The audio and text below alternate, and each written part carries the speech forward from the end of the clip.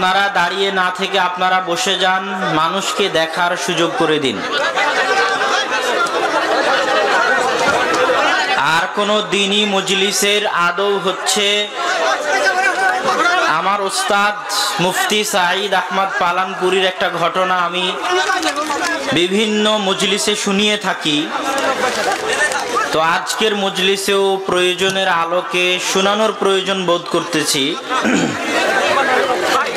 আমরা দারুল উলুম দেওবন্দে 1 থেকে 1,500 ছাত্র এরকম একটা ক্লাসরুমে, আজকে আপনারা এখানে যতজন উপস্থিত আছেন এর চাইতেও কয়েক গুণ, জনসাধারণ নয় ছাত্র, এর চাইতেও কয়েক গুণ ছাত্র, 1,500 ছাত্র একই ক্লাসরুমে উপস্থিত। ওস্তাদ মুফতি সাঈদ আহমদ পালানপুরি আসার 10-15 মিনিট আগে থেকে পুরো ক্লাসরুম পিন পতন নীরবতা বিরাজ করত।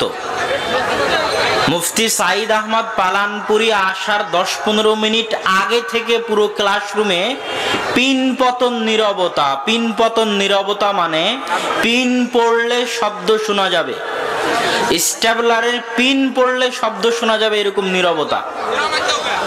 ওস্তাদ যদি ক্লাসে ঢোকার পূর্ব মুহূর্তে বুঝতে পেরেছেন যে কোনো ছাত্র কথা বলতেছে পরস্পরে, অথবা কেউ মোবাইল চালাচ্ছে, অথবা কারো মধ্যে ঘুম ঘুম ভাব বিরাজ করতেছে, অমনোযোগিতা লক্ষ্য করা যাচ্ছে, তাহলে তিনি ক্লাসের দরজা থেকেই ফিরে যেতেন।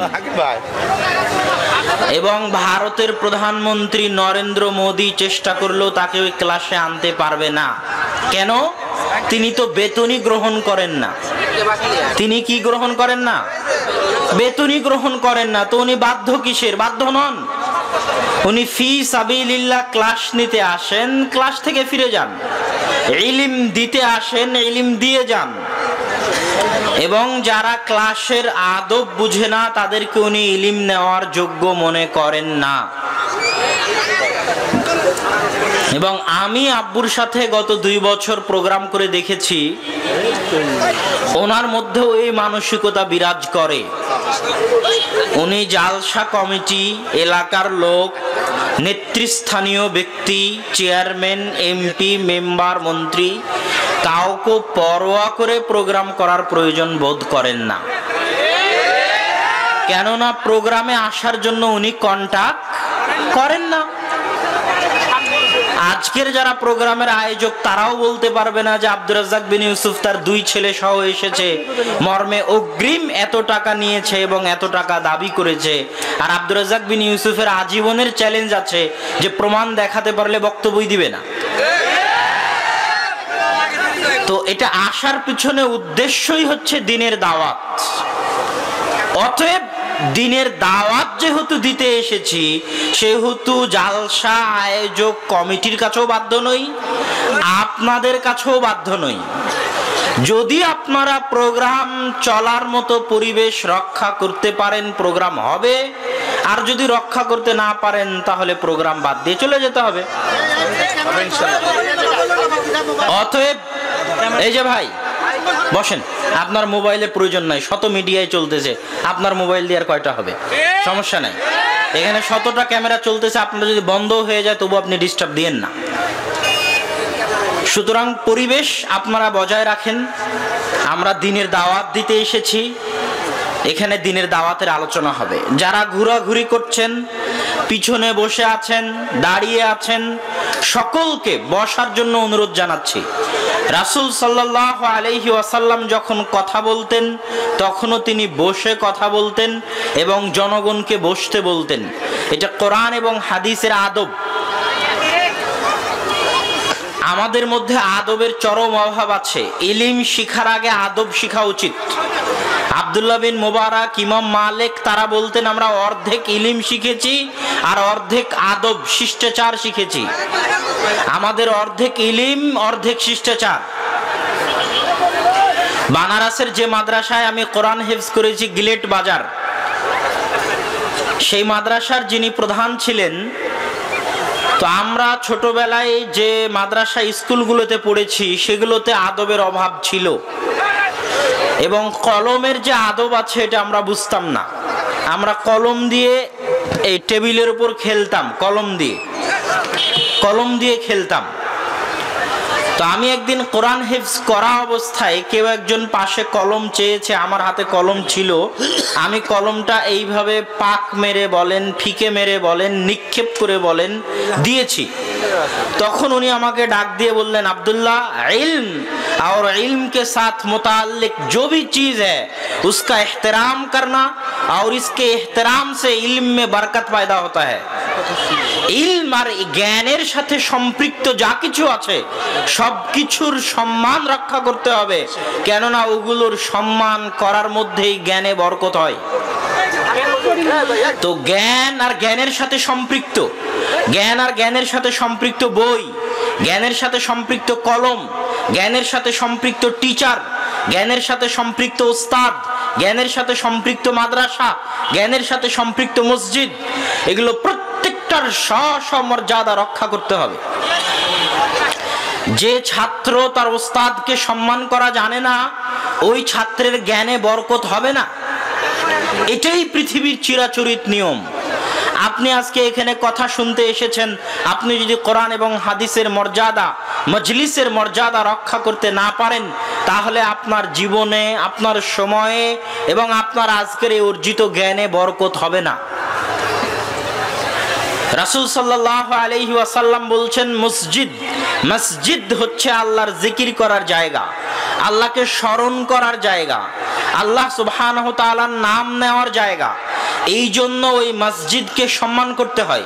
মসজিদের সম্মান ইসলামে এত বেশি, এত বেশি, এত বেশি যে আল্লাহ সুবহানাহু ওয়া তাআলা পৃথিবীর যত নবী আছে সকল নবীর পিতা আবুল আম্বিয়া ইব্রাহিম আলাইহিস সালাতু ওয়াস সালাম, যার পর থেকে নিয়ে মুহাম্মদ পর্যন্ত, কিয়ামত পর্যন্ত আর কোন নবী আসেননি যিনি ইব্রাহিমের বংশের নন। প্রত্যেক নবী ইব্রাহিম আলাইহিস সালাতু ওয়াস সালামের দুই ছেলে, হয় ইসমাইল না হয় ইসহাক, দুই ছেলের বংশধর। সম্মানিত উপস্থিতি, সেই ইব্রাহিম আলাইহিস সালাতু ওয়াস সালামকে আল্লাহ সুবহানাহু ওয়া তাআলা বলছেন, তাহহির বাইতি লিত তাইফিন। ইব্রাহিম, তুমি আর তোমার ছেলে ইসমাইল মিলে আমার ঘর বাইতুল্লাহ পরিষ্কার করবে, সাফ করবে, ঝাড়ু দিবে। মানুষের শরীর থেকে পড়ে যাওয়া ময়লা, মানুষের নাক, চোখ, মুখ থেকে পড়ে যাওয়া ময়লা, পড়ে যাওয়া আবর্জনা, বাইতুল্লাহ কাবায় পড়ে থাকা মানুষের নাকের ময়লা, শরীরের ময়লা ধুয়ে মুছে ঝাড়ু দিয়ে সাফ করার দায়িত্ব কার বলেন তো? কি শুনলেন, কার? ইব্রাহিম আর তার ছেলে ইসমাইল। এত বড় নবী, অথচ ঝাড়ু দিবে কি? মসজিদ। কেন? ওটার সম্মান আছে। রাসূল সাল্লাল্লাহু আলাইহি ওয়াসাল্লাম বলছেন, মসজিদে থুথু নিক্ষেপ করা অথবা মসজিদের নাকের ময়লা ফেলা গুনাহ। স্পষ্ট কথা, গুনাহ। ওয়া কাফারাতুহা ইজালাতুহা। আর এই গুনাহের কাফারা হচ্ছে ওটা মুছে দেওয়া, পরিষ্কার করা। কেউ যদি মসজিদে ময়লা ফেলে, থুথু ফেলে, কিছু ফেলে, তাহলে সে গুনাহ করলো। তার কাফারা হচ্ছে, তার উচিত সাথে সাথে সেটা পরিষ্কার করে দেওয়া। রাসূল সাল্লাল্লাহু আলাইহি ওয়াসাল্লাম বলছেন, কেউ যদি মসজিদে হারানো বিজ্ঞপ্তি দেয়, সে যেন তার হারানো জিনিস ফিরে না পায়। তোমরা দোয়া করিও, কেউ যদি মসজিদে হারানো বিজ্ঞপ্তি দেয়, সে যেন তার হারানো জিনিস ফিরে না পায়। যে মসজিদে ক্রয় বিক্রয় করে, তার ক্রয় বিক্রয়ে যেন লাভ না হয়। কেননা মসজিদ ক্রয় বিক্রয়ের জায়গা নয়, মসজিদ হারানো বিজ্ঞপ্তি প্রচার করার জায়গা নয়। মসজিদ হচ্ছে আল্লাহ সুবহানাহু ওয়া তাআলার নাম স্মরণ করার, আল্লাহ সুবহানাহু ওয়া তাআলার ইবাদত করার জায়গা। তাহলে এই যে ইলমের সাথে সম্পৃক্ত যা কিছু আছে, মসজিদ, মাদ্রাসা, কলম, উস্তাদ, টিচার, বই, খাতা, সব কিছুকে সম্মান করা, সব কিছুর মর্যাদা রক্ষা করা জ্ঞানে বরকত হওয়ার মাধ্যম। আর আজকের এই মজলিসটা হচ্ছে জ্ঞানের মজলিস, মজলিসুল ইলম।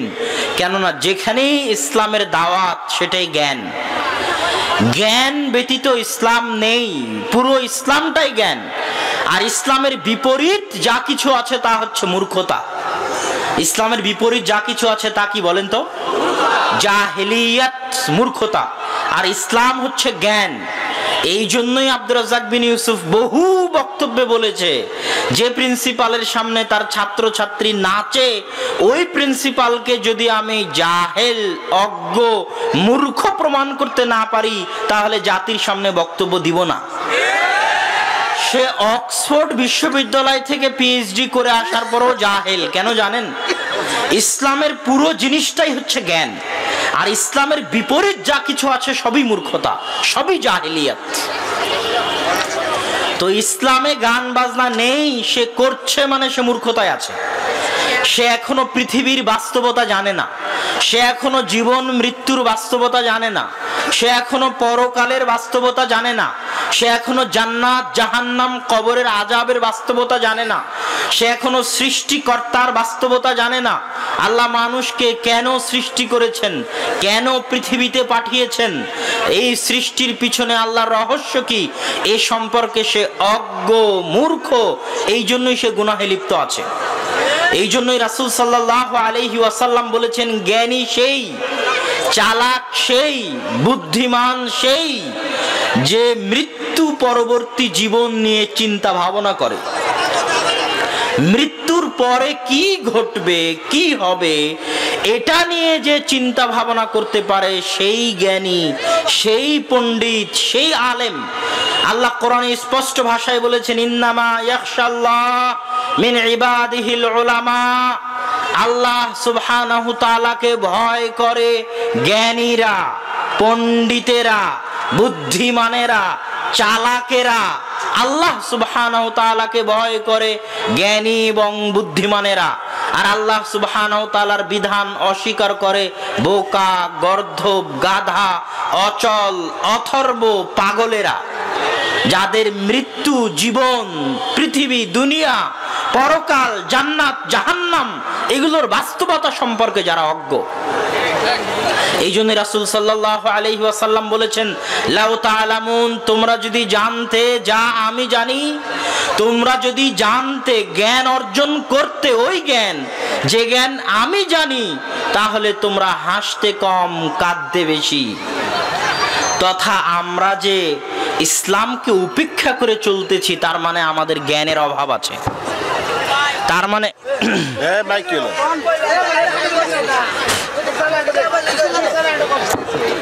আমরা যে ইসলামকে উপেক্ষা করে চলতেছি, তার মানে আমাদের কিসের অভাব আছে? জ্ঞানের অভাব আছে, বুদ্ধির অভাব আছে। জ্ঞান এবং বুদ্ধি যদি থাকতো, আমরা ইসলামকে উপেক্ষা করতাম না। রাসূল সাল্লাল্লাহু আলাইহি ওয়াসাল্লাম এবং আল্লাহ সুবহানাহু তাআলা সমগ্র কোরআন এবং হাদিসে মানুষের সবচেয়ে বড় শত্রু, সবচেয়ে ভয়ঙ্কর শত্রু, সবচেয়ে ভয়ানক শত্রু, সবচেয়ে ভয়াবহ শত্রু, সবচেয়ে জঘন্য নিকৃষ্ট শত্রু সম্পর্কে সজাগ এবং সচেতন করতে থেকেছেন মানুষকে। মানুষ বোকা, তাই শত্রুকে তা চিনে না। একজন সালাফ বলতেছে, লিকুল্লি ইনসানিন আদু, প্রত্যেক মানুষের শত্রু আছে, প্রত্যেক মানুষের শত্রু আছে, কিন্তু আমি তাকে শত্রু মনে করি না। মান আখাদা মালি, যে অন্যায়ভাবে আমার ধন সম্পদ দখল করে নিয়েছে, আমি তাকে শত্রু মনে করি না। মানে তাবানি আও ইত্তাহামানি, যে ব্যক্তি আমার নামে মিথ্যা অপবাদ দিয়েছে, আমি তাকে শত্রু মনে করি না। যে আমার গীবত করেছে, আমি তাকে শত্রু মনে করি না। আমি কাকে শত্রু মনে করি? ইযা আনা ফি তাআতিল্লাহ, যখন আমি আল্লাহর আনুগত্যে থাকি আর কেউ আমাকে আল্লাহর আনুগত্য থেকে দূরে নিয়ে যাওয়ার চেষ্টা করে, আমি তাকে আমার শত্রু মনে করি। তাহলে সে জ্ঞানী, সে বুঝে শত্রুকে।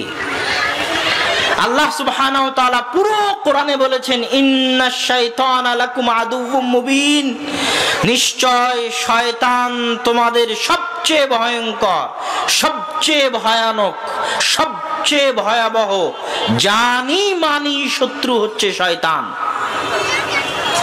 আপনি পবিত্র কোরআনের পৃষ্ঠা পৃষ্ঠা উল্টাবেন, আল্লাহ সুবহানাহু ওয়া তাআলা মানুষকে শয়তানের ষড়যন্ত্র সম্পর্কে পুরো কোরআনে মানুষকে সজাগ এবং সতর্ক করতে থেকেছে। আল্লাহ সুবহানাহু ওয়া তাআলা কোরআনে বলেছে, লা তাত্তাবিউ খুতুওয়াতিশ শাইতান, তোমরা শয়তানের পদাঙ্ক অনুসরণ করিও না, কেননা শয়তান তোমাদেরকে পথভ্রষ্ট করতে চায়। ফাবিমা আগওয়াইতানি লাআকুদান্নাহুম, আমি অবশ্যই সিরাতে মুস্তাকিমে আসার যে রাস্তা আছে, এই সিরাতে মুস্তাকিমে আসার প্রত্যেকটা রাস্তায় মানুষের সামনে বাধা হয়ে দাঁড়াবো।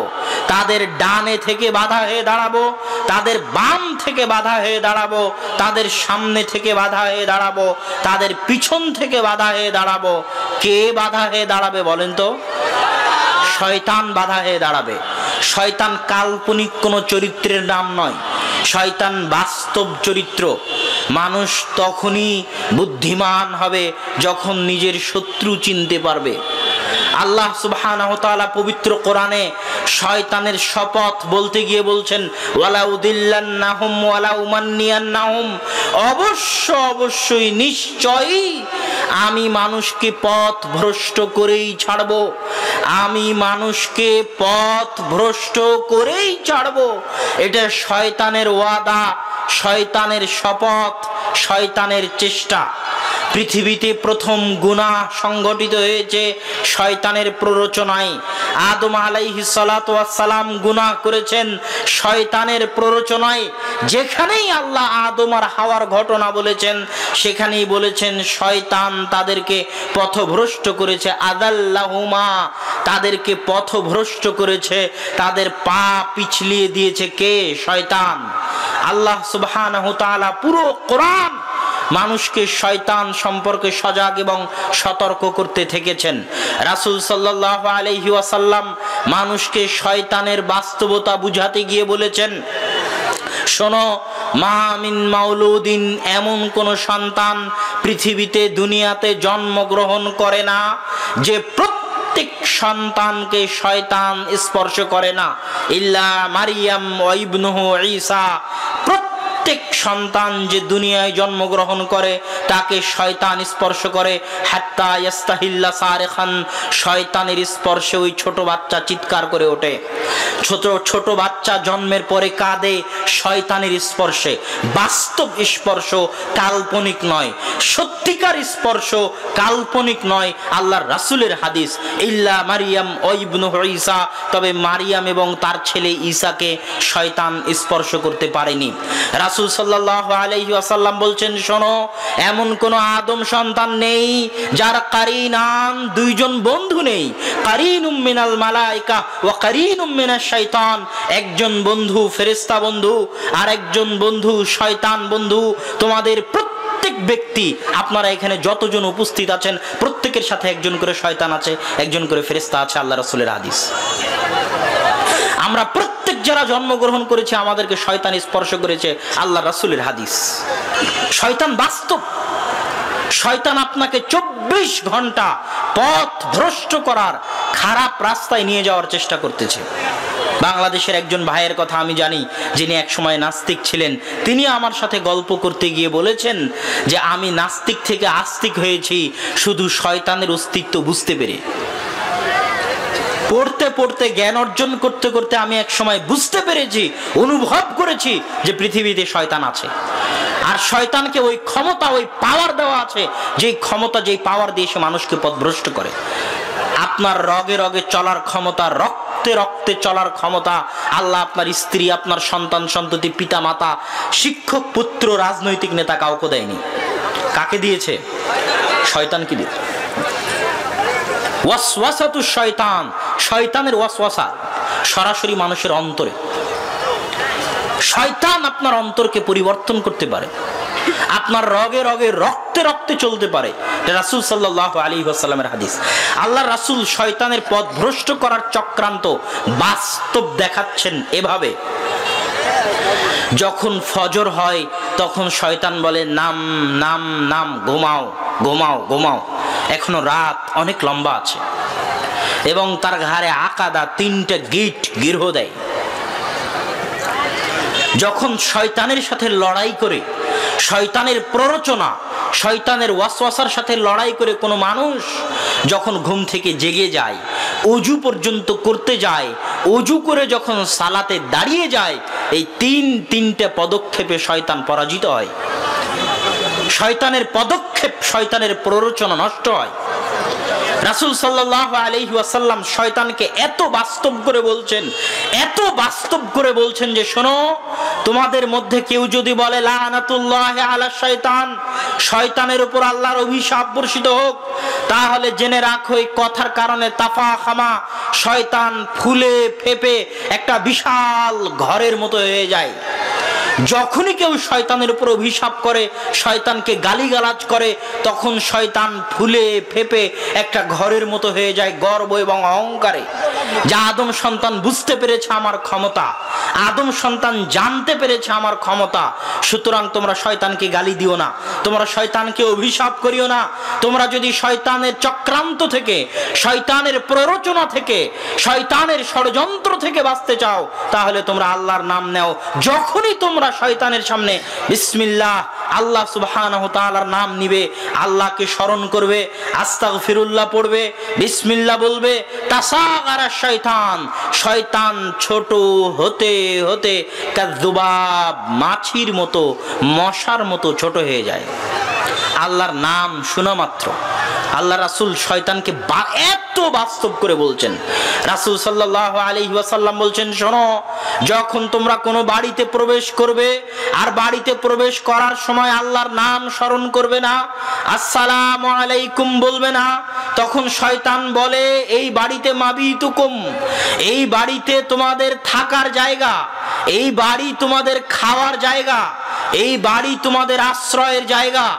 তখন ওই বাড়ি থাকার জায়গা হবে শয়তানের, ওই বাড়ি খাওয়ার জায়গা হবে শয়তানের। আর যখনই তোমরা বাড়িতে প্রবেশ করবে আর সালাম দিবে, আল্লাহর নাম নিবে, সালাম আল্লাহর নাম, তখন ওই বাড়ি শয়তানের থাকার জায়গা হবে না। শয়তান ঘোষণা দিয়ে দিবে এই বাড়িতে তোমাদের থাকারও জায়গা নেই, এই বাড়িতে তোমাদের খাওয়ারও জায়গা নেই। এটা কাল্পনিক চরিত্র নয়, বাস্তব। আপনি সালাত কেন আদায় করতে পারেন না? আপনি গান বাজনা থেকে কেন বিরত হতে পারেন না? আপনি দাড়ি কেন ছাড়তে পারেন না? কেননা শয়তান থেকে আপনি মুক্ত হতে পারেননি। 24 ঘন্টা শয়তান আপনার সাথে আছে। বাড়িতে ঢোকার সময় সালাম দেন না, তাহলে ওই বাড়িতে কার থাকার জায়গা হয়েছে? শয়তানের। তাহলে শয়তান সারাদিন আপনার ছেলে মেয়ে স্ত্রী পুত্র সবার পিছনে লেগে আছে। ওই বাড়িতে ইসলাম আসবে কিভাবে?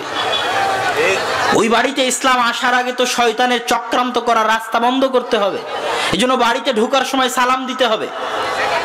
রাসূল সাল্লাল্লাহু আলাইহি ওয়াসাল্লাম বলছেন, প্রত্যেক যে বাড়ির দরজা উগলিকাত, বন্ধ করা হয় বিসমিল্লাহ, আল্লাহর নামে, প্রত্যেক যে দরজা আল্লাহর নামে বন্ধ করা হয়, ওই দরজা শয়তান খুলে না।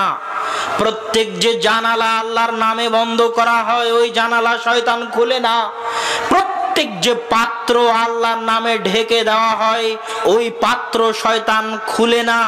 কিন্তু যে পাত্র শয়তানের নামে ঢাকা হয়নি, যে ঘরের আল্লাহর নামে ঢাকা হয়নি, যে ঘরের দরজা আল্লাহর নামে বন্ধ করা হয়নি, যে ঘরের জানালা আল্লাহর নামে বন্ধ করা হয়নি, ওই পাত্রে শয়তান মুখ দিবেই।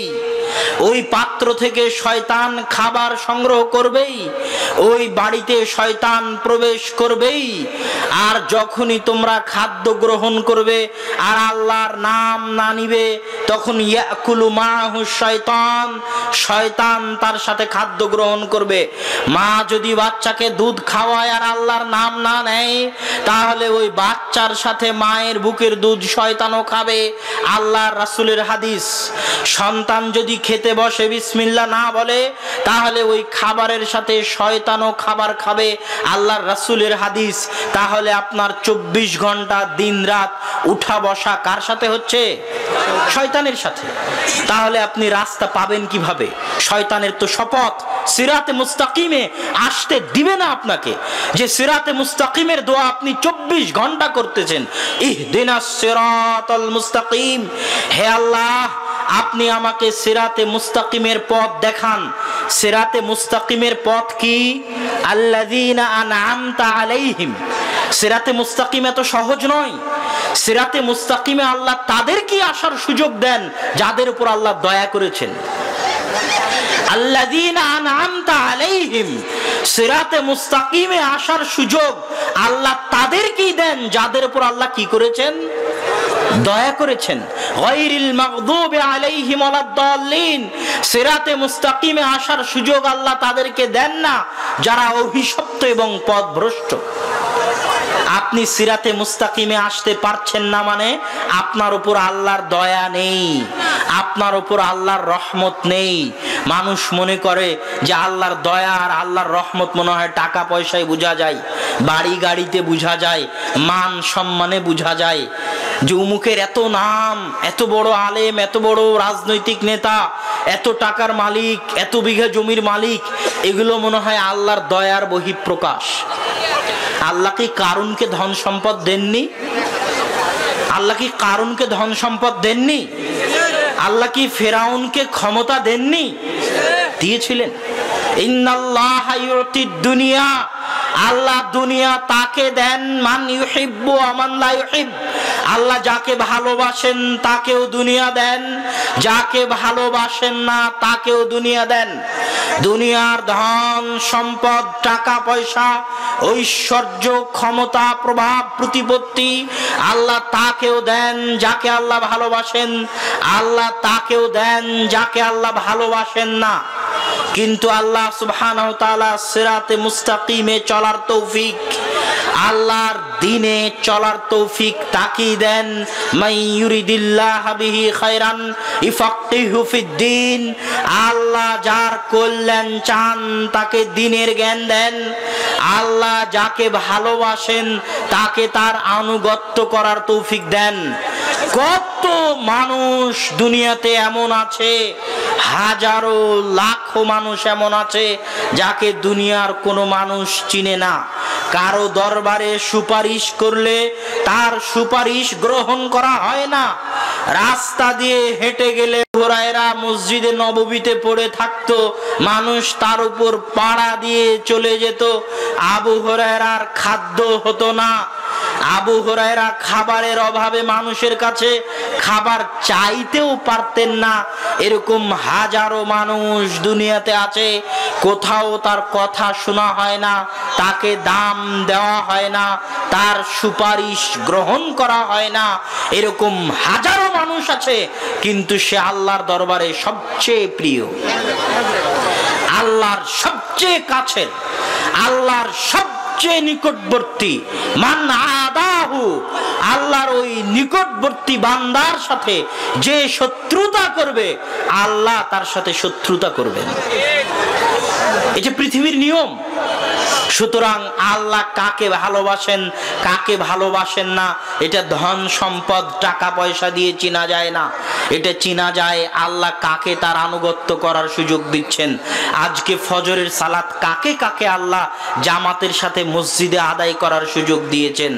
কালকে রাত জেগে 2 রাকাত সালাত আদায় করে আল্লাহর দরবারে ইবাদত করার, তাহাজ্জুদের সালাত আদায় করার সুযোগ আল্লাহ তার কয়জন বান্দাকে দিয়েছেন। যে কয়জন বান্দাকে দিয়েছেন তাদেরকে আল্লাহ ভালোবাসেন, তারা আল্লাহর প্রিয়, তারা আল্লাহর নিকটবর্তী। সম্মানিত উপস্থিতি, এই জন্য আল্লাহর ভালোবাসা ধন সম্পদে বোঝা যায় না, আল্লাহর ভালোবাসা ক্ষমতা প্রভাবে বোঝা যায় না, আল্লাহর ভালোবাসা আল্লাহর আনুগত্য করতে পারার মধ্যে বোঝা যায়। যে ব্যক্তিকে আল্লাহ সুদের ব্যবসায় নিমজ্জিত রেখেছেন, যে ব্যক্তিকে আল্লাহ তার 5 ওয়াক্ত সালাত আদায় করার সুযোগ দেননি, যে ব্যক্তিকে আল্লাহ জেনা ব্যভিচারে লিপ্ত রেখেছেন, যে ব্যক্তিকে আল্লাহ অন্যায় অত্যাচারে লিপ্ত রেখেছেন, তার জন্য এটাই সবচেয়ে বড় শাস্তি, তার জন্য এটাই সবচেয়ে বড় শাস্তি যে সে আল্লাহর দরবার থেকে বিতাড়িত, আল্লাহর রহমত থেকে বিতাড়িত, আল্লাহর করুণা দৃষ্টি থেকে বঞ্চিত, আল্লাহর দয়া থেকে বঞ্চিত, আল্লাহর রহমত থেকে বঞ্চিত, এটাই তার জন্য সবচেয়ে বড় শাস্তি। সে কোন ভাগাড়ে পড়ে মারা গেল, কোন ডাস্টবিনে পড়ে মারা গেল, এটা আল্লাহ সরিষা সমপরিমাণ পরোয়া করেন না, ভাবেনও না। এটাই তার সবচেয়ে বড় শাস্তি যে আল্লাহ তাকে তার অবাধ্যতায় লিপ্ত রেখেছেন, আল্লাহ তাকে তার রহমত থেকে, করুণা থেকে, দয়া থেকে বিতাড়িত রেখেছেন, বঞ্চিত রেখেছেন, অভিশপ্ত রেখেছেন। তার বান্দা হওয়ার পরেও, তার সৃষ্টি জীব হওয়ার পরেও সে আল্লাহর রহমত অর্জন করতে পারেনি, আল্লাহর বরকত অর্জন করতে পারেনি। এটাই তার জন্য সবচেয়ে বড় শাস্তি। সম্মানিত উপস্থিতি, এই জন্য মানুষ কল্যাণ অকল্যাণ কোনটা এটা মানুষ বোঝে না। আল্লাহ সুবহানাহু ওয়া তাআলা কোরআনে বলছে, মানুষকে যখন আল্লাহ নেয়ামত দেন তখন মানুষ বলে রব্বি আকরামান, আমার আল্লাহ আমাকে অনেক নেয়ামত, অনেক ধন সম্পদ দিয়েছে। আর যখনই আল্লাহ মানুষের উপর রুজি রুটির রাস্তা বন্ধ করে দেন তখন মানুষ বলে আল্লাহ আমার উপর বিপদ আপদ দিয়েছেন। কিন্তু কোনটা যে আল্লাহর দয়া আর কোনটা যে আল্লাহর ছাড়, কোনটা যে আল্লাহর ধোঁকা আর কোনটা যে আল্লাহর পরীক্ষা, এটা মানুষ বুঝতে পারে না। মানুষ মনে করছে গুনাহে আছে, এত গুনাহ করি আল্লাহ তো শাস্তি দেয় না। গান দেখতেছি, কান তো বধির হয় না। অশ্লীল দৃশ্য দেখছি, চোখ তো অন্ধ হয় না। হারাম কাজ করতেছি, মানুষের উপর অন্যায় অত্যাচার করতেছি, কই আমার উপর তো শাস্তি নেমে আসে না। আর দুনিয়া হচ্ছে কাজের জায়গা, প্রতিদানের জায়গা নয়। প্রতিদানের জায়গা হচ্ছে পরকাল, আফটার ডেথ, মৃত্যুর পরে হচ্ছে প্রতিদানের জায়গা। দুনিয়া প্রতিদানের জায়গা নয়। এই জন্য দুনিয়াতে আল্লাহ সবকিছুর শাস্তি মানুষকে দিবেন না। এটা আল্লাহর পক্ষ থেকে দেওয়া ছাড়, আল্লাহর পক্ষ থেকে দেওয়া ধোঁকা। এই ধোঁকায় মানুষকে শয়তান ফেলে, মানুষকে শয়তান প্ররোচিত করে। সম্মানিত উপস্থিতি, আমরা বলতেছিলাম যে বুদ্ধিমান সেই যে আল্লাহর আনুগত্য করে। কেন? যে আল্লাহর আনুগত্য করে সে শয়তানকে চিনতে পারে, শয়তানকে চিনেছে, এই জন্য আল্লাহর আনুগত্য করে। এই যে শত শত যুবক বসে আছে, এ ধরেন ফজরের সালাতে যদি না উঠে, যদি গান শুনতে তার ভালো লাগে, গান বাজনা কনসার্ট করতে যদি তার ভালো লাগে, প্রেমিকার সাথে কথা বলতে যদি তার ভালো লাগে, এটা সে মনে করতেছে তাকে ভালো লাগতেছে, কিন্তু বাস্তব হচ্ছে শয়তান তাকে ভালো লাগাচ্ছে। এটা হচ্ছে শয়তানের প্ররোচনা। কিন্তু সে যেহেতু শয়তানকে চিনে না, শয়তান কে তা জানে না, শয়তানের অস্তিত্বে বিশ্বাস করে না, এই জন্য সে মনে করতেছে এটা আমি নিজে করতেছি, আমার ভালো লাগতেছে এই জন্য করতেছি। কিন্তু আসলে এটা শয়তান তাকে করাচ্ছে, কিন্তু ভেতরে ভেতরে তার অন্তর কষ্ট পাচ্ছে। অন্তর কিভাবে কষ্ট পায়? আল্লাহ সুবহানাহু ওয়া তাআলা যখন আদম আর হাওয়ার ঘটনা বললেন, তখন কোরআনে আল্লাহ বলছেন রব্বানা যালামনা আনফুসানা ওয়া ইল্লাম তাগফির লানা ওয়া তারহামনা লানাকুনান্না মিনাল খাসিরিন। হে আল্লাহ, আমরা অত্যাচার করেছি, জুলুম করেছি আমাদের আত্মার উপর, নাফসের উপর। আদম আলাইহিস সালাম বলেননি যে আল্লাহ গুনাহ করেছি। কি বলেছেন? আল্লাহ কি করেছি? কথা বলেন তো, কি বলছেন? অত্যাচার করেছি, জুলুম করেছি, নিজের আত্মার উপর জুলুম করেছি। কেন? এই আত্মা সৃষ্টি হয়েছে পৃথিবীতে নয়, এই আত্মা সৃষ্টি হয়েছে আসমানে। মায়ের পেটে যে শরীর সৃষ্টি হয়েছে, এই শরীর দুনিয়াতে সৃষ্টি হওয়া, কিন্তু এই শরীরের মধ্যে যে আত্মা আছে, এটা ফেরেশতা বহন করে, আসমান থেকে বহন করে এনে যখন পুরো শরীরের গঠন শেষ হয়ে যায় ৪৪-এ, তখন ফেরেশতা ফু দেওয়ার মাধ্যমে ওই শরীরের মধ্যে আত্মাটা প্রবেশ করিয়ে দেয়। মায়ের পেটে যখন শরীর গঠন হচ্ছে তখন আত্মা ছিল না। আস্তে আস্তে পূর্ণ শরীর যখন গঠন হয়ে যায় মায়ের পেটে, তখন ওই নিস্তেজ, নিষ্প্রাণ, মৃত শরীরে প্রাণ সঞ্চার করে আসমান থেকে আনা আত্মা, যেটা এখন ভিতরে আছে। এই আত্মাই মালাকুল মাউত যখন আসে, তখন এই আত্মা আত্মাই কবজ করার জন্য আসে। এই আত্মা কবজ করার বিশাল আনুষ্ঠানিকতা আছে, এই আত্মা দেওয়ারও বিশাল আনুষ্ঠানিকতা আছে। আত্মা দেওয়ার সময় লিখে দেওয়া হয়, পুনরায় লিখিত করা হয় কি রিজিক, কি ফল, ভালো মন্দ, কল্যাণ অকল্যাণ, জীবন মৃত্যু, বিপদ আপদ, বালা মুসিবত সব লিখে দেওয়া হয়। যদি ভাগ্যে করোনা ভাইরাস থাকে তাহলে পাথরের মধ্যে লুকালেও হবে, কেননা মায়ের পেটে ৪৪-এ আল্লাহ সুবহানাহু ওয়া তাআলা লিখে দিয়েছেন। আর যদি না থাকে তাহলে সারা পৃথিবী মিলে সব করোনা ভাইরাস আপনার শরীরে ইনজেকশন করে পুশ করে দিলেও আপনার শরীরে করোনা ভাইরাস হবে না, কেননা আপনার ভাগ্যে লেখা নাই। এটার নাম তাকদীরের প্রতি বিশ্বাস। তাকদীরের প্রতি বিশ্বাস না থাকলে পৃথিবী কেউ চালাতে পারবে না। পৃথিবী আজীবনই লকডাউন দিয়ে রাখতে হবে। কথা বুঝ, যতদিন পৃথিবী চলবে ততদিন লকডাউন। এক করোনা ভাইরাস যাবে আর একটা আসবে। সারা পৃথিবী তো ভাইরাস আর ব্যাকটেরিয়াতে ভর্তি। এখানে ভাইরাস আছে, এখানে আছে, ব্যাকটেরিয়া আছে। মানুষের জীবনই ভাইরাস ব্যাকটেরিয়ার সাথে চলে। একটা যাবে আর একটা আসবে। সারা পৃথিবী লকডাউন দিয়ে রাখতে হবে, সারাজীবনের জন্য লকডাউন দিয়ে রাখতে হবে। চলতে পারবে না, কেউ চালাতে পারবে না। পৃথিবী চলতেই পারবে একমাত্র তাকদীরের উপর বিশ্বাস করে। ভাগ্যে যা আছে সেটা হবে, সাধ্যমতো সতর্কতা, আর বাকিটুকু আল্লাহর উপর ভরসা। এটাই বাঁচার রাস্তা। এই কথাটাই আব্দুর রাজ্জাক বিন ইউসুফ যখন করোনা ভাইরাস শুরু হয় তখন বলেছিলেন। কিন্তু এত সমালোচনা, বাপরে বাপ! কিন্তু এখন সবাই ওই কথায় ফিরে এসেছে। তো আব্দুর রাজ্জাক বিন ইউসুফ শুরু থেকেই অটল ছিলেন। প্রথম দিন বলেছেন যার করোনা ভাইরাস হয়েছে তার সাথে খেতে রাজি আছে, যার করোনা ভাইরাস হয়েছে তার কাফন দাফন গোসল জানাজা দিতে রাজি আছে। কিন্তু তখন সারা বাংলাদেশ সমালোচনা, ফেসবুক অনলাইন সমালোচনায় ভর্তি। কিন্তু যুগের তালে, যুগের পরিক্রমায় আব্দুর রাজ্জাক বিন ইউসুফের কথাতেই ফিরে আসতে হলো। মাঝখানে শুধু ৩ ফিট দূরত্বের বেদাত চালু হলো, আর এই বেদাত মসজিদগুলো থেকে এখন পর্যন্ত উঠানো গেল না। আর যে আহলে হাদিসরা আজীবন শপথ করলো যে ফাঁসির কাছে গেলেও পায়ের সাথে পা মিলে দাঁড়াবে, তারাও এখন ৩ ফিট দূরে দাঁড়ানো শুরু করলো। এর চেয়ে বড় অপমান, এর চেয়ে বড় লজ্জাজনক বিষয় আর হতে পারে না। এত দ্রুত মিডিয়ার প্রভাবে, আন্তর্জাতিক সংস্থাগুলোর প্রভাবে যারা দিনকে পরিবর্তন করতে পারে, দিনের মধ্যে পরিবর্তন নিয়ে আসতে পারে এত দ্রুত, এটা অনেক দুঃখজনক, অনেক ভাবা। তো আমি এই বিষয়ে কথা বলতে চাচ্ছিলাম না, কিন্তু আলোচনার পরিপ্রেক্ষিতে চলে আসলো।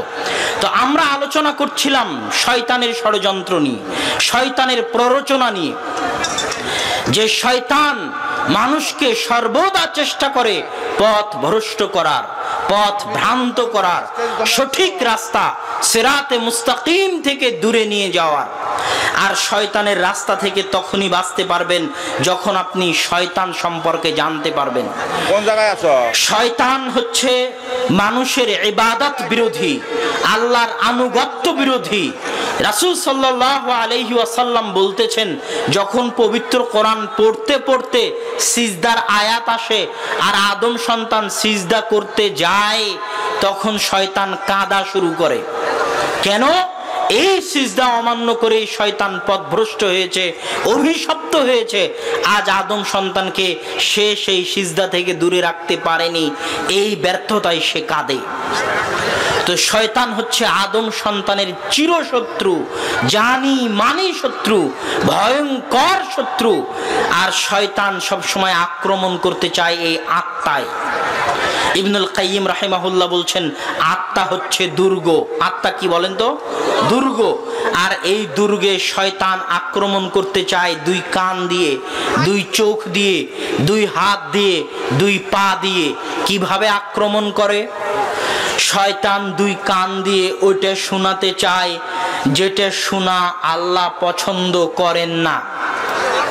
শয়তান 2 চোখ দিয়ে ওইটা দেখাতে চায় যেটা দেখা আল্লাহ পছন্দ করেন না। শয়তান 2 হাত দিয়ে ওইটা করাতে চায় যেটা করা আল্লাহ পছন্দ করেন না। দুই পা দিয়ে ওইটা করাতে চায় যেটা করা আল্লাহ পছন্দ করেন না। আজকে আমি বক্তব্য দিচ্ছি, আপনার কান দিয়ে বক্তব্যটা হৃদয়ে পৌঁছতেছে, আপনার দুর্গ হৃদয়ে কথাটা পৌঁছতেছে কান দিয়ে। এই কান দিয়ে যখন আপনি অশ্লীল গান শুনবেন, তখন শয়তান ওই গানের মাধ্যমে কান দিয়ে কোথায় হামলা করবে? আত্মায়, হৃদয়ে হামলা করবে। আর এক একটা হামলায় হৃদয় কালো হয়ে যায়, এক একটা হামলা হৃদয়ের উপর অত্যাচার। আল্লাহুম্মা ইন্নী যালামতু নাফসি, আল্লাহ আমি আমার আত্মার উপর অত্যাচার করেছি। এক একটা হামলায় হৃদয়ে কালো দাগ পড়ে যায়, পুরো হৃদয় অন্তর কালো কুচকুচে হয়ে যায়। তখন বাঁচার রাস্তা থাকে না, মানুষ হতাশ, ক্লান্ত, চিন্তাগ্রস্ত, বিষাদগ্রস্ত হয়ে পড়ে, আত্মা মুক্তি পেতে চায় এই অন্যায়, এই অত্যাচার, এই জুলুম থেকে, তার সৃষ্টিকর্তা আল্লাহর অবাধ্যতা থেকে। আর এই প্রত্যেকটা অবাধ্যতার ছাপ চেহারাতেও পড়ে, চেহারার নূর হারিয়ে যায় অন্তরের কালোর কারণে, কালোর কুচকুচের কারণে। আর ওই অন্তর তখনই শান্তি পায়, তখনই প্রশান্তি পায়। আলা বিযিক্রিল্লাহি তাতমাইন্নুল কুলুব, আল্লাহ সুবহানাহু ওয়া তাআলার স্মরণে আত্মাগুলো প্রশান্তি পায়। আলহামদুলিল্লাহ। আপনি দুইটা কোরআনের দুইটা পৃষ্ঠা পড়ে দেখেন, আপনার আত্মা প্রশান্তি পাবে, মনে হবে কোরআনে আল্লাহ আপনার সাথে কথা বলতেছে। কেননা কোরআন নাজিল হয়েছে আল্লাহর রাসূলের উপর, কিন্তু আপনার জন্য নাজিল হয়েছে, আপনার কাছে পৌঁছানোর জন্য নাজিল হয়েছে। হুদাল লিন্নাস, প্রত্যেক আদম সন্তানের জন্য হেদায়েত স্বরূপ হচ্ছে কোরআন। কোরআন যার জীবনে নাই তার জীবন অন্ধকার। যে বাড়িতে কোরআন পড়া হয় না ওই বাড়ি বরকতবিহীন বাড়ি, ওই বাড়ি কবরের মতো অন্ধকার বাড়ি। যার জীবন শুরু হয় না কোরআন দিয়ে, শেষ হয় না কোরআন দিয়ে, তার জীবন বরকতবিহীন, ঘৃণিত, জঘন্য জীবন, নিকৃষ্ট জীবন। একটা পশু পাখি, শৃগাল, গরু মহিষ, ভেড়া, ছাগল, বকরির জীবন যেমন, কোরআনবিহীন জীবন তেমন। কোরআনবিহীন জীবন তেমন।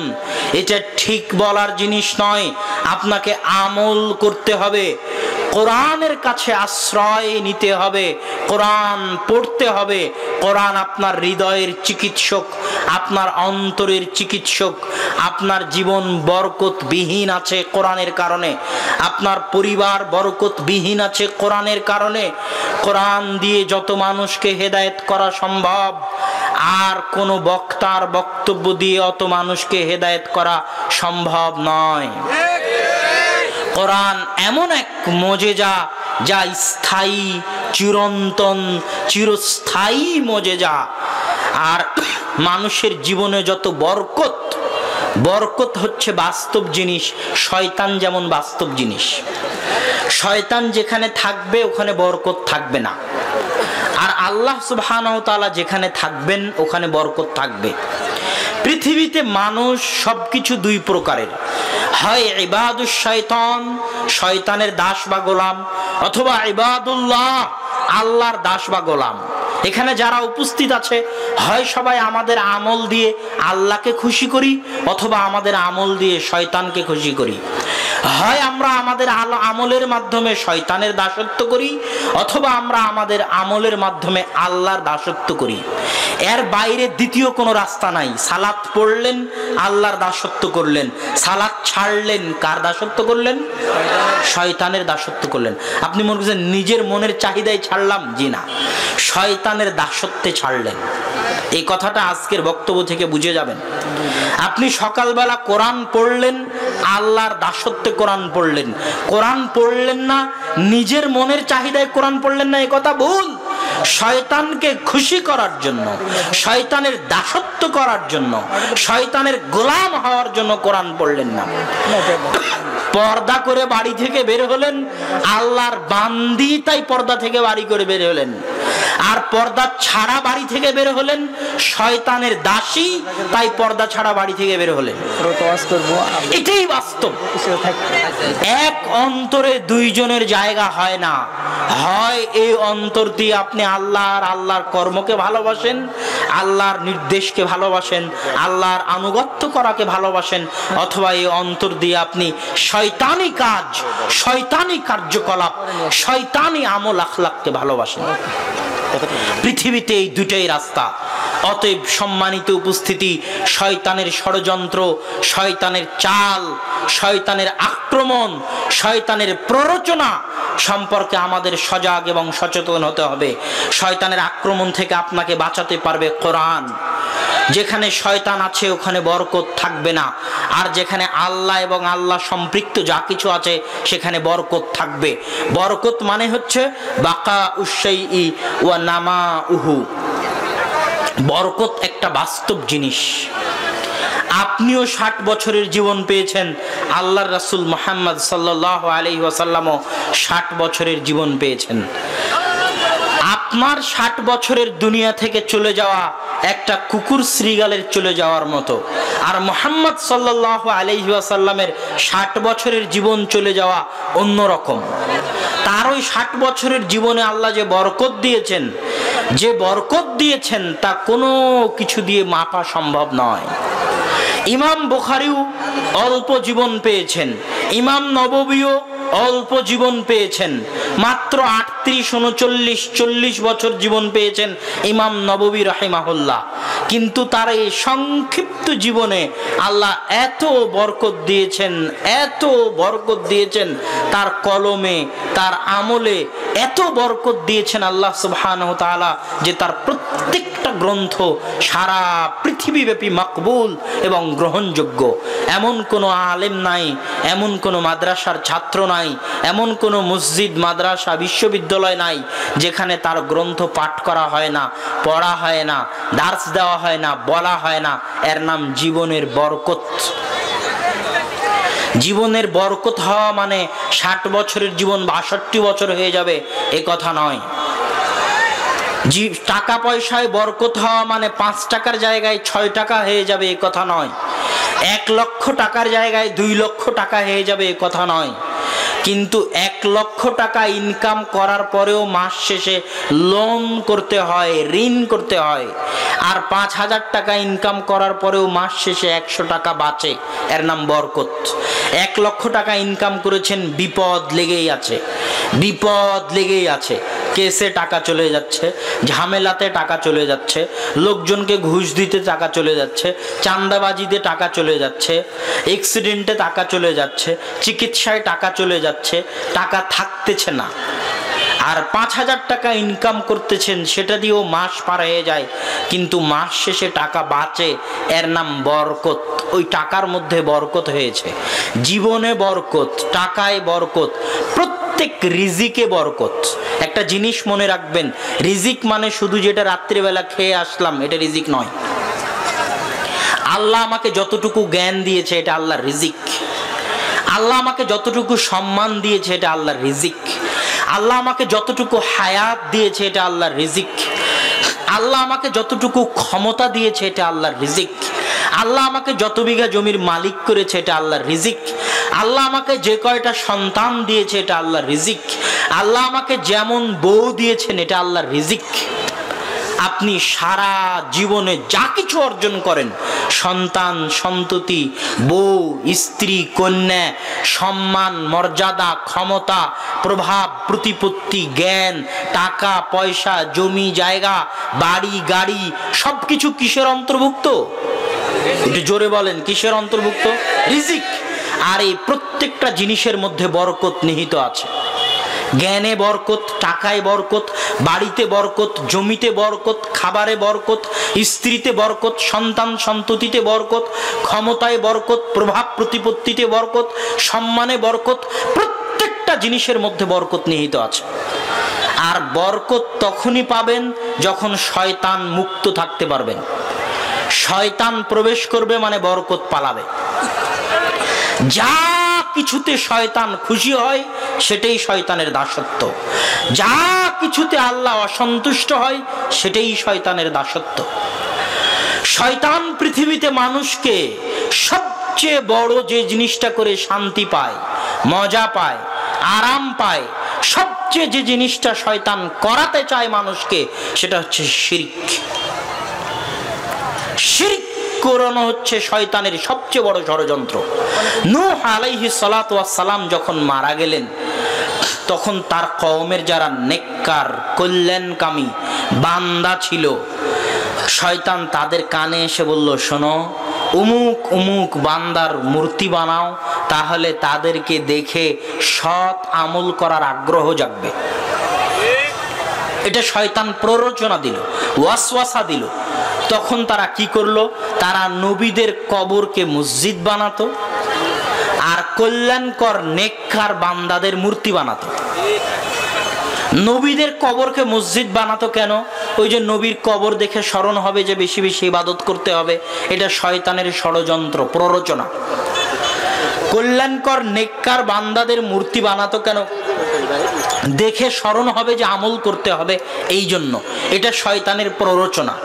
এই জন্য কাবা ঘরে যাদের মূর্তি ছিল তারা কোনো খারাপ ব্যক্তির মূর্তি ছিল না। ইব্রাহিম আলাইহিস সালাতু ওয়াস সালামের মূর্তি ছিল, ইসমাইল আলাইহিস সালাতু ওয়াস সালামের মূর্তি ছিল। নেককার, কল্যাণকর, দামি, উত্তম, সৎ নবী রাসূল, পরহেজগার বান্দাদের মূর্তি নির্মাণ করা হতো। কেন? এটা শয়তানের প্ররোচনা। ধীরে ধীরে ওই মূর্তিটার পূজা করানো শুরু করবে। এটা শয়তানের প্ররোচনা এবং ষড়যন্ত্র। এবং মুসলমানদের একটা অংশ মুশরিকদের সাথে মিলে যাবে, মুশরিকদের মতো মূর্তি পূজায় লিপ্ত হবে, মুশরিকদের মতো মূর্তিকে সম্মান করবে। এটা আল্লাহর রাসূলের আদি ভবিষ্যৎবাণী, 1400 বছর আগের ভবিষ্যৎবাণী। এই জন্য দেখবেন আমাদের ঘরে, আমাদের বাড়িতে, আমাদের শোকেজে, সর্বত্র, সারা পৃথিবীতে যেখানে যাবেন সেখানে দেখবেন মানুষ ছবি মূর্তিকে সম্মান করতেছে। প্রত্যেক যে ছবি মূর্তির সম্মান করা হয় সেখানে শয়তানের দাসত্ব করা হয়। এবং এটা শুধু ছবি মূর্তি নয়, এখানে একটা মূলনীতি আপনাকে বলে রাখি। আল্লাহ সুবহানাহু তাআলা যে জায়গাগুলোকে পবিত্র করেছেন, আল্লাহ সুবহানাহু তাআলা যে দিনগুলোকে ইবাদতের জন্য বানিয়েছেন, আল্লাহ যে জায়গাগুলোকে ইবাদতের জন্য বানিয়েছেন, ওই দিন, ওই জায়গা, ওই ব্যক্তি, আল্লাহ যে ব্যক্তিকে অনুসরণীয় বানিয়েছেন, আল্লাহ কাকে অনুসরণীয় বানিয়েছেন? মুহাম্মদ সাল্লাল্লাহু আলাইহি ওয়াসাল্লামকে অনুসরণীয় বানিয়েছেন। তাহলে আল্লাহ যে দিন, যে জায়গা, যে ব্যক্তি, যে স্থানকে অনুসরণীয়, পবিত্র, গ্রহণযোগ্য বানিয়েছেন, ওগুলো বাদ দিয়ে প্রত্যেক যে দিনকে মানুষ সম্মান দিবে মনে করবে, প্রত্যেক যে সময় বা ক্ষণকে মানুষ কল্যাণকর, অকল্যাণকর মনে করবে, প্রত্যেক যে স্থানকে মানুষ শুভ, অশুভ, কল্যাণকর, অকল্যাণকর মনে করবে, প্রত্যেক যে ব্যক্তিকে, ছবিকে, মূর্তিকে মানুষ সম্মান দেওয়া প্রয়োজন মনে করবে, এগুলো সব কিছুই শিরকের অন্তর্ভুক্ত। এই জিনিসটা মানুষ বুঝতে চায় না। পানি হবে,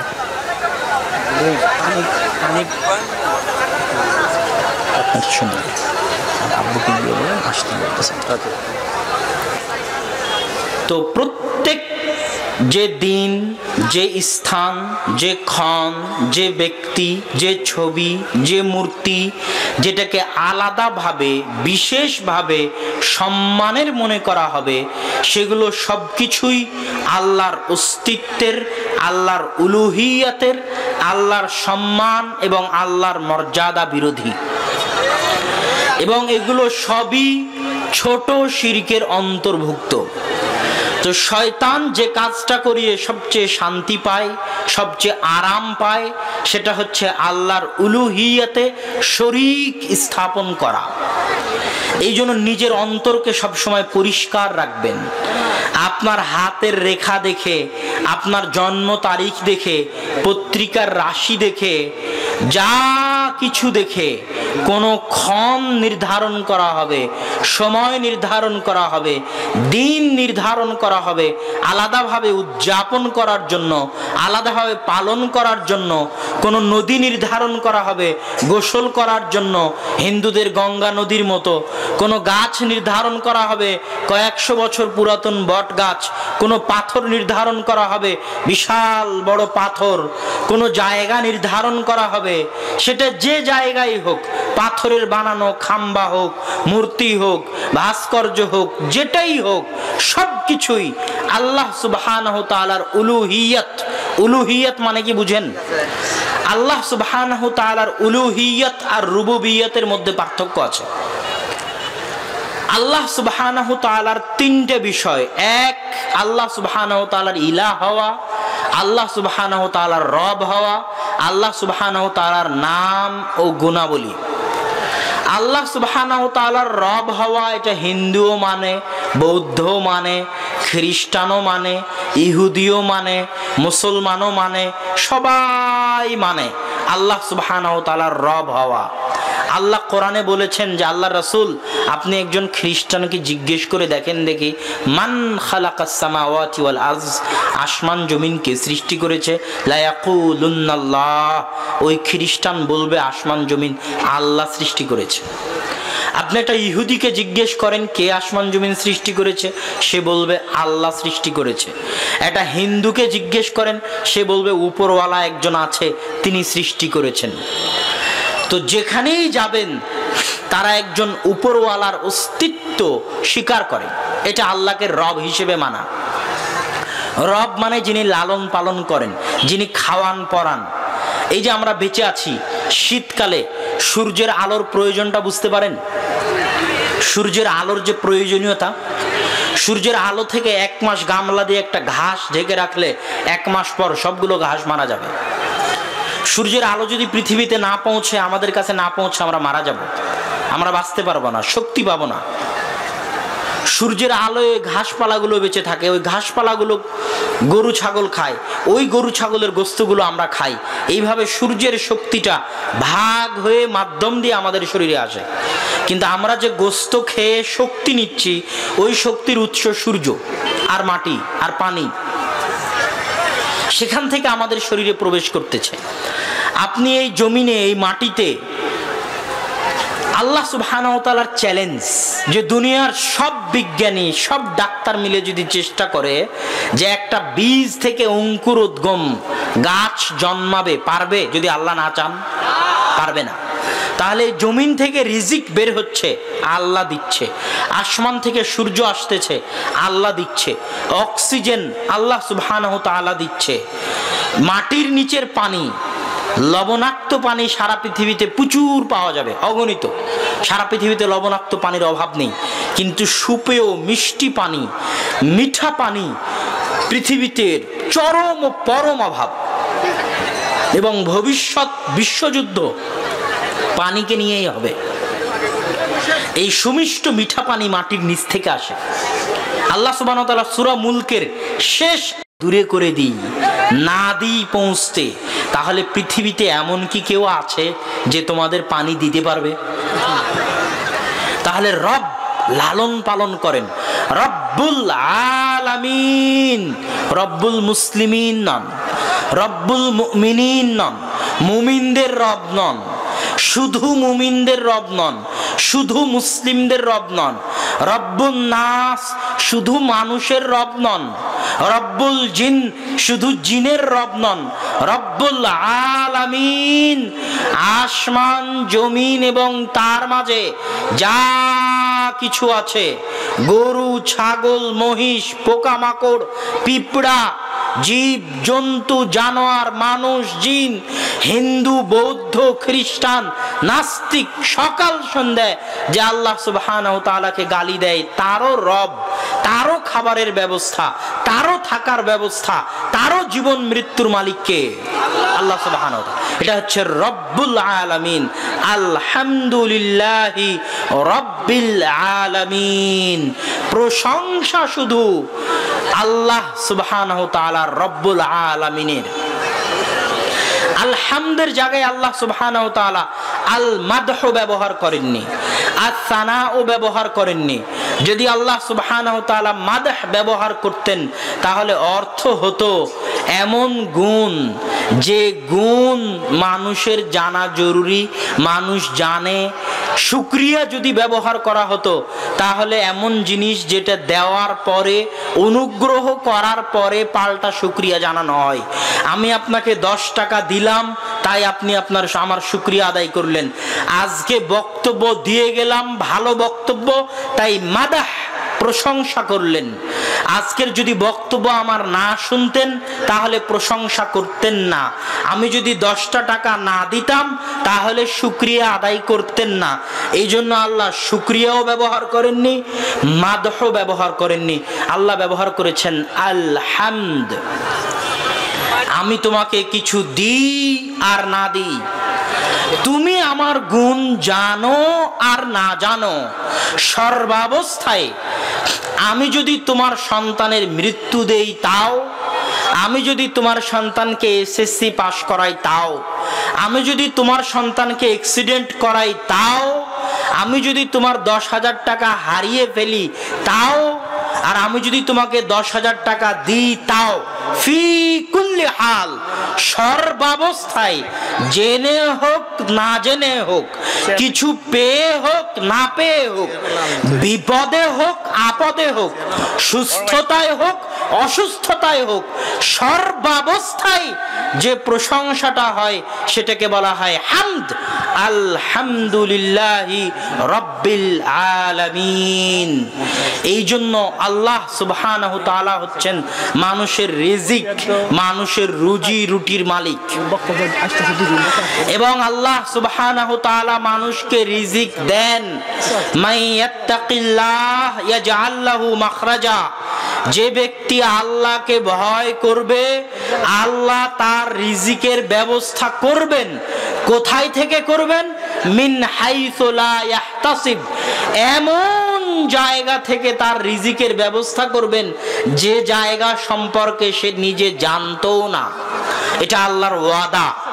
শয়তান মানুষকে দুনিয়ার ভয় দেখিয়ে পথ ভ্রষ্ট করতে চায়, আর আল্লাহ রিজিকের ওয়াদা দিয়ে মাইয়াত্তাকিল্লাহ ইয়াজআল লাহু মাখরাজা, আল্লাহকে ভয় করো, আল্লাহ তোমার রিজিকের ব্যবস্থা করবে এমন জায়গা থেকে যে জায়গা থেকে তুমি কল্পনাও করতে পারবে না। আর আল্লাহ যাকে চান ইয়ারযুকু মাইয়াশা বিগাইরি হিসাব, আল্লাহ যাকে চান তাকে বেহিসাব রিজিক দান করেন, বেহিসাব রুজি দান করেন যাকে চান।